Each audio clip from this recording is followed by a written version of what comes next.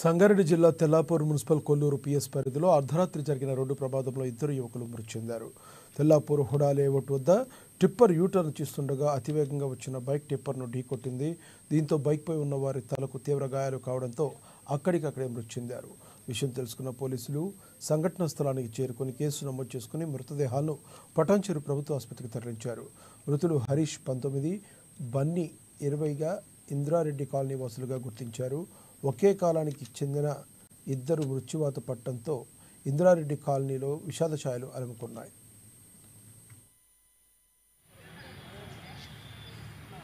भैया बांधो कोई साइड रे बांधो भाई भैया ये बाइक लेवर वे इनको साइड करे बैठो आना किलो सारा ये नहीं रोड हां हां बाकी वो रोड में कर रहे हैं